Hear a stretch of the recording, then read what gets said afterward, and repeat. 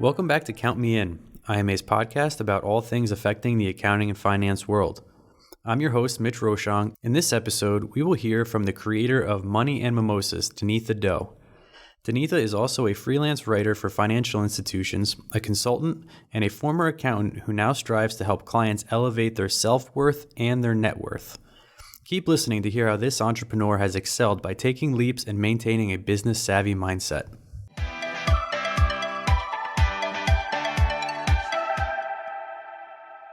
Danetha, I know you have a very interesting and wide-ranging background, and I know some of that background includes accounting. Can you just give us an overview? Absolutely. Well, thanks so much, Adam, for having me on. I do have a varied background, and I think that that's becoming more and more common in all industries and also in the accounting space. My accounting background, it started in undergrad. I studied economics and with a concentration in accounting. We didn't have a formal degree in accounting, so I just took all the classes I could within accounting and made it my informal concentration. After I graduated from undergrad, I went on to work for a home health care company, and I worked in the accounts receivables department. Their accounts receivables, this was prior to companies moving to the cloud. And so our accounting systems were all desktop legacy systems, and we had a lot of paper, a lot of invoices that were mailed out, checks that were mailed in for payments. And so my job was a lot of data entry and a lot of keeping track of all the paper. We had files upon files of paper. After that position, that was in Indiana, I moved to California, where I got another job working in the accounting department for a ski resort. And I started off being a billing coordinator. My background from my previous job was in accounts receivable. So the role was similar in that I was managing the invoices for the catering and conference services department. And from being a billing coordinator, I moved up to being more of a staff accountant, helping them with cash flow and forecasting and other things that went along with making sure that their accounts receivables processes were in place. When I got into the role, we were about 180 days in aging accounts receivables, and my job was to reduce that, and I got that down to 30 days, and that was my entire focus. After that role, I moved from the ski resort to the San Francisco Bay Area, where I am now. And my first position here was as a controller slash CFO for a small creative agency. And it was a really small company. So I wore both hats of being a controller and CFO. And a lot of my role was very much focused on accounts receivables. We had a lot of business, which was great, but our processes were not streamlined. And so we had cash flow challenges that were related to not invoicing accurately on time. And so that was really my focus, was to help that agency get that under wraps so that we were in a healthier cash position. From there, I was bit by the entrepreneurial bug. I was bit by the entrepreneurial bug then, but I knew from a young age that I always wanted to run a business. So after that role, I decided to start my own business doing bookkeeping for other small businesses. I focused in the beauty and fashion space. And that's where my career as an entrepreneur started. So, being an entrepreneur, obviously you need to have a wide variety of expertise and knowledge to run your own business. So how did your background in accounting and the things that you were doing help you get into that entrepreneurial space? It helped me tremendously. A lot of business owners do not have an accounting background. Certainly, if you start a business as an accountant or a bookkeeper, you have that background. But the people that we serve don't necessarily have that background. And so my expertise in that space really helped me be able to build a business because I had a service that business owners needed. My skill sets outside of understanding different systems, doing the actual accounting work, some of the skills that I picked up along the way of being an accountant were things like organization, keeping on top of financial transactions, the paper. Thankfully, we're now evolved to using less paper and more cloud-based, but there's still some paper that goes back and forth. So being able to have a system in place to be able to keep track of all that information helped myself as a business owner and also helped my clients. Organization, as I mentioned, project management is huge. Also, having an understanding of how cash flow works. I think as accountants, we take that for granted that for a lot of us, it comes naturally to think about things in terms of net 30, net 60, how to balance the expenses with the cash going out. Something that I would do immediately with all my clients was to get them on a single day payout, meaning one day out of the month was the only day that we sent payments out. So if they had recurring bills, every month we would choose a date where those bills were paid. Usually it was the 18th or the 15th because of how their income flowed in. It made sense from a cash perspective to do it usually the latter half of the month. So something like that is a really simple implementation, but for a lot of business owners, it's not something that even crosses their mind. And here they are wondering why they're struggling with their cash when it's a simple process that can be implemented, in this case, just a single payout date to help them manage their cash flow and overall business operations. And so my background in accounting has helped me tremendously. That's just great to hear. Now, outside of the accounting, what was it like going from being in the corporate world, doing all these different things, to taking that leap of faith to being an entrepreneur? I can imagine that would probably be scary, just going from a regular paycheck to you're being the one running everything.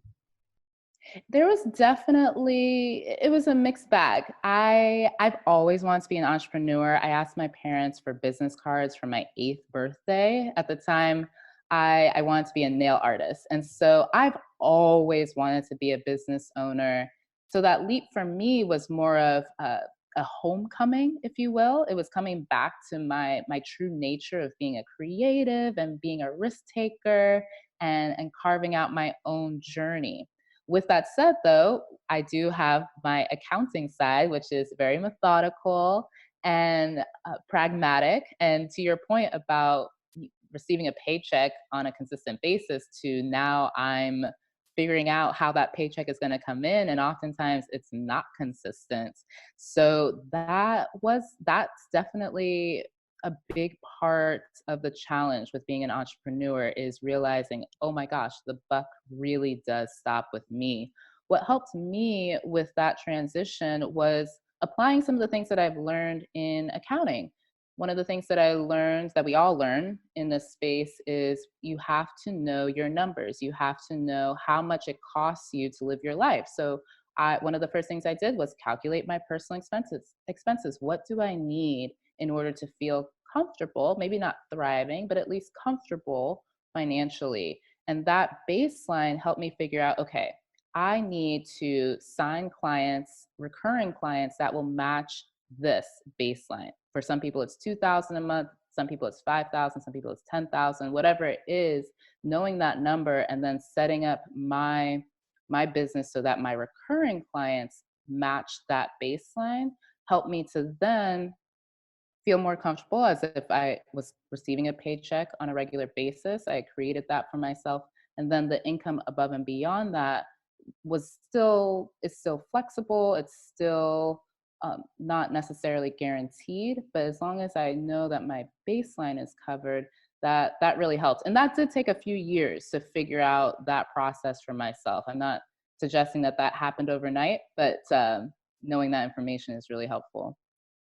Definitely. That's great that you were able to take what you learned, and that kind of was your almost your level setting. You're like, I'm happy to be here. Yay, I've always wanted to do this. But then your accounting experience help you kind of focus in and say, okay, this is what I need to do to survive and to make this work. Yes, absolutely. And sometimes for me, I felt a little crazy at times because those are two opposites. They complement each other. They certainly help balance each other out. But yeah, at times, my creative side would want to take charge, and then my more pragmatic accountant side would try to hold me back, think things through. So yes, both sides though did help balance me out. And I think a lot of accountants would probably attest to that as well.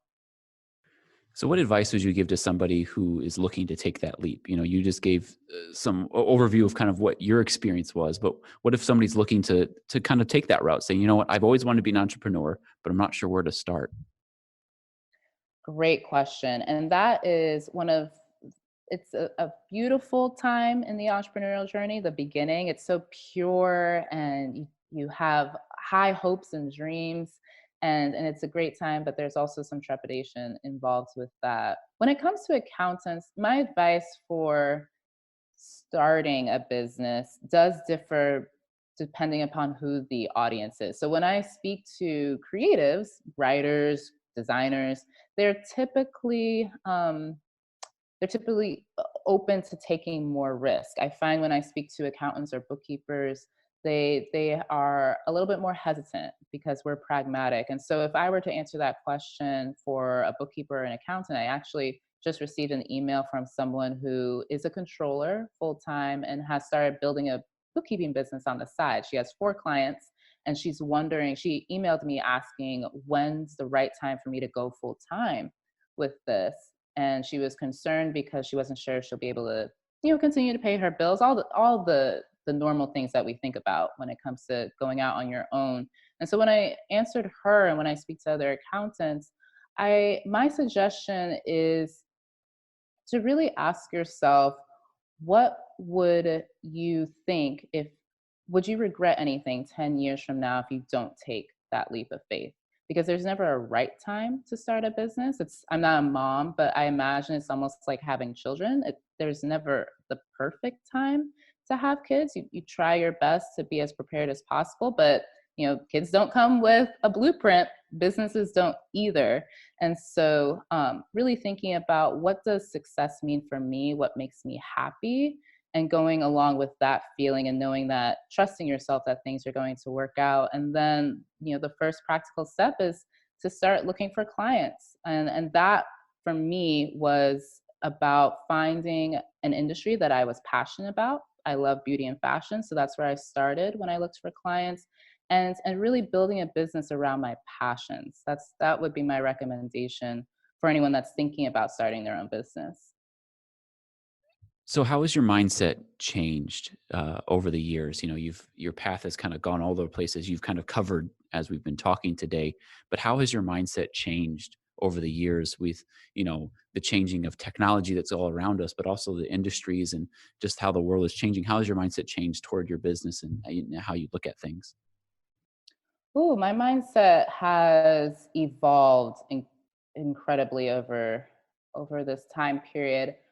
I would say it's interesting. One of the first books I read about money was Think and Grow Rich. This was in high school. I read it when I was 16.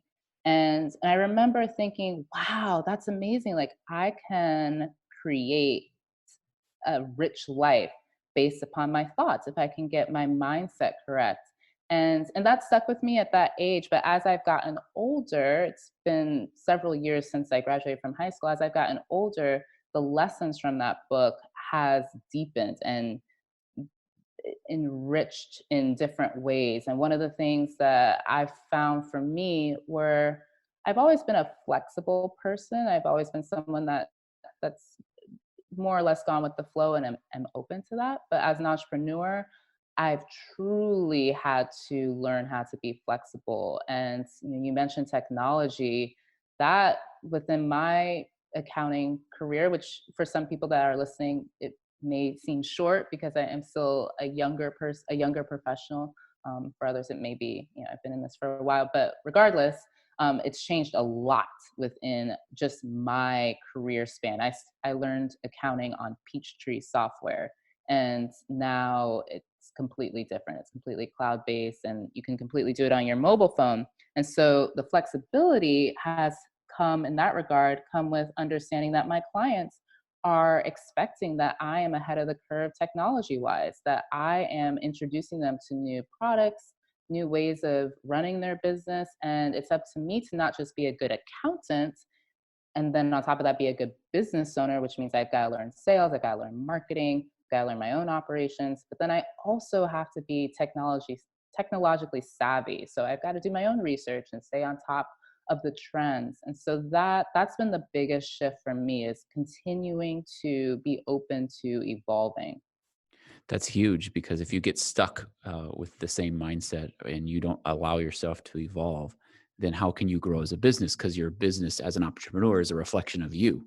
right? And so if you're not evolving, then how can your business evolve? Oh my gosh, I am so glad you put it that way, Adam. I really believe that being a business owner is more about a personal development journey than being a business owner. They really just go hand in hand. And you're right. For me, in my experience, the more I've evolved as a person and been open to my own seasons shifting in my life and allowing my perspective to shift, not holding fast to any truth and being open to the truth evolving with time. I've seen that I've seen abundance reflect back to me because of that. So yes, you're absolutely right. Um, it is about a personal development. It's about evolving personally as a person and allowing that to reflect back to you in your business. This has been Count Me In, IMA's podcast, providing you with the latest perspectives of thought leaders from the accounting and finance profession. If you like what you heard and you'd like to be counted in for more relevant accounting and finance education, visit IMA's website at www.imanet.org.